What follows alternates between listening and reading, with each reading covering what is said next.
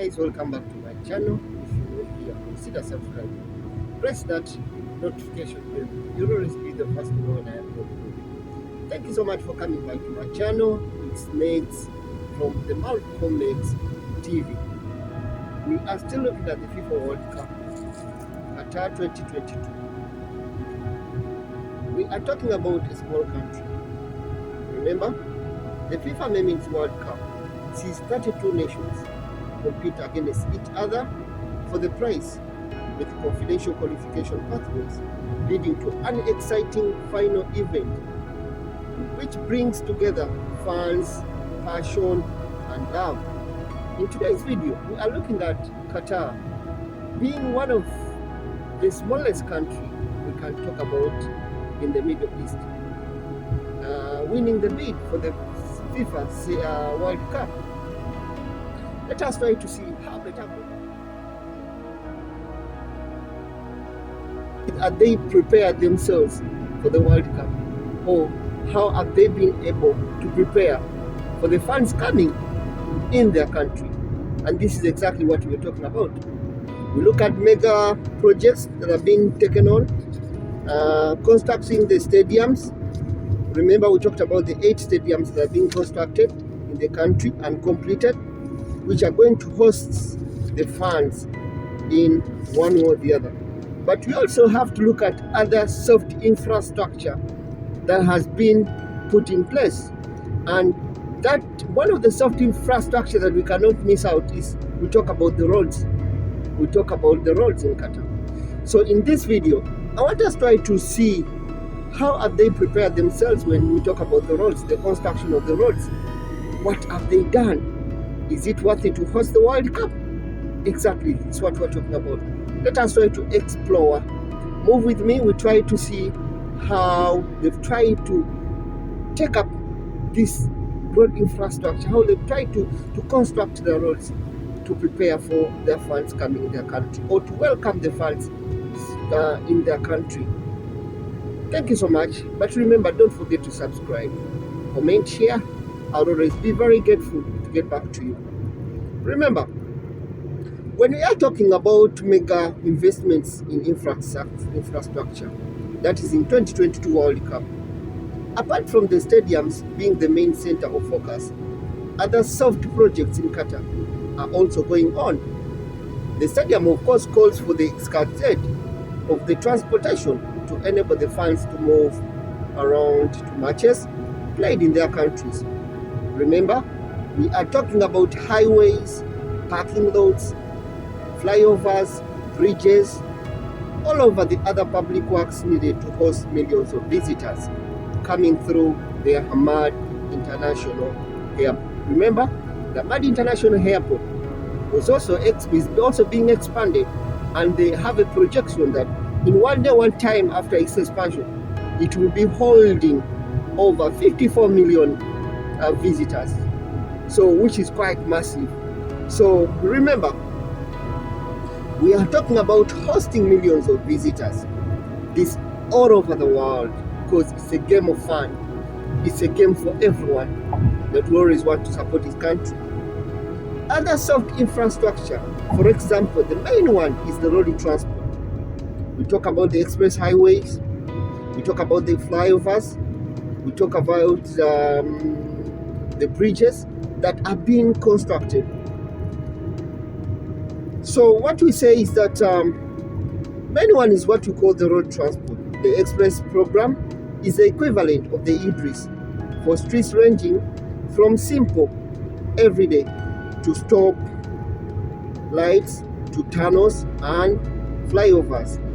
The country's most important project is now the Obito Highway Ring Road that will surround Doha on 3 sides. The 4th side faces the sea and will include a lane dictated surely for the traffic. Remember, if we are talking about the economy of Qatar, the economy of Qatar is one of the richest in the world based on the GDP per capita. We talk about the bridges, the construction, the flyovers. I think you can have a look at what we're talking about. The highways, how it is actually station is ongoing, which is quite giving us exactly what we need to see, or what is exactly picture that will be like the road transport or the infrastructure in the country at this time. So we are still we are just giving a recap of how the economy looks like. I told you that is one of the richest in the world based on the GDP per capita, ranking generally among to the top 10 richest countries of the world ranking for 2015 and 2016. Data compiled by the World Bank, the United Nations, and the International Monetary Fund. Remember, petroleum and natural gas are the cornerstones of Qatar's economy, and they account for more than 70% of the total government revenue, more than 60% of the gross domestic product, and roughly 85% of the export earnings.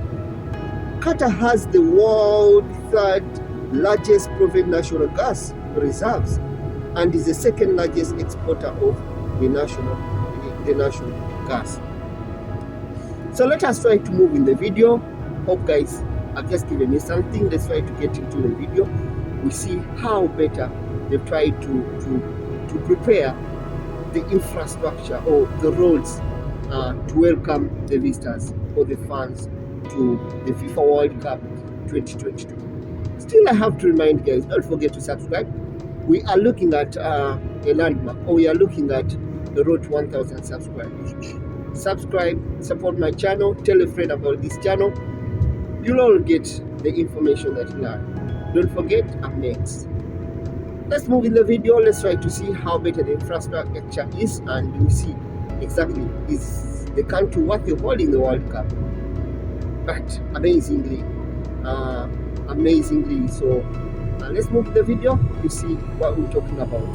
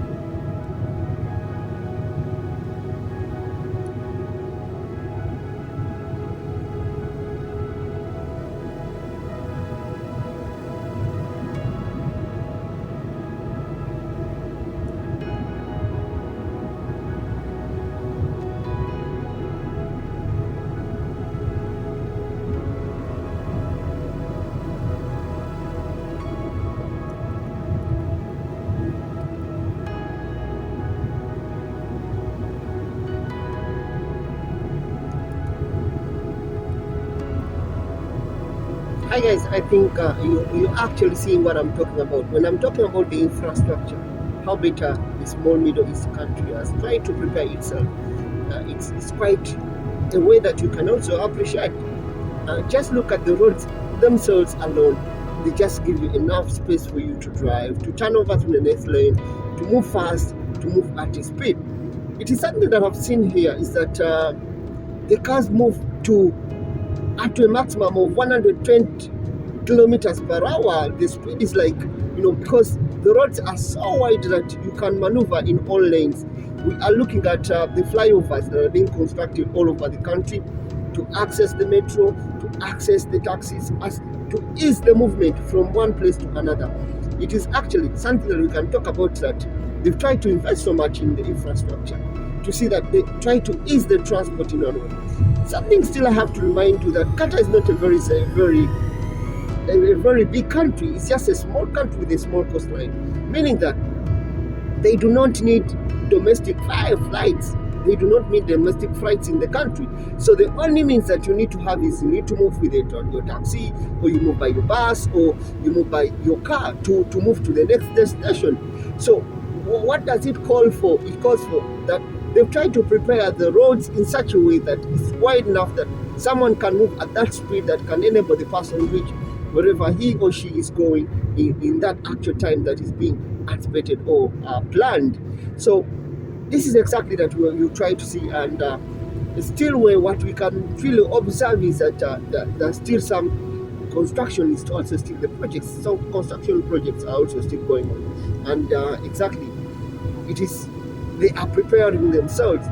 This is not only going to boost the economy, but it's also going to actually to let them be seen the world that they've really prepared for the World Cup, and this is what we're talking about.